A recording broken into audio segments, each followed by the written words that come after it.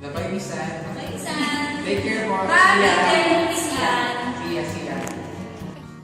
Hi, Ann. Ano ba?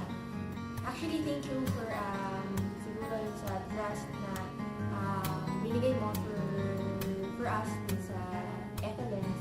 Saka sa akin, kasi nag-start ako. Ang nangyari nga parang moving out of my comfort zone, isa ka dun sa doon to support me and the rest. Then, siguro pati sa associates, sa lahat, even dun sa MIS. So, thank you for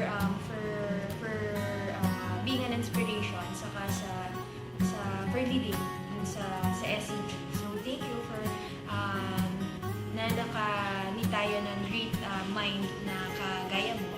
So, we wish na sana may mag-follow nung sa step mo. So, kung may mag-step up man, definitely maglo-look forward kami na medyo malapit din sa ano ba tawag doon, sa benchmark na iniwan.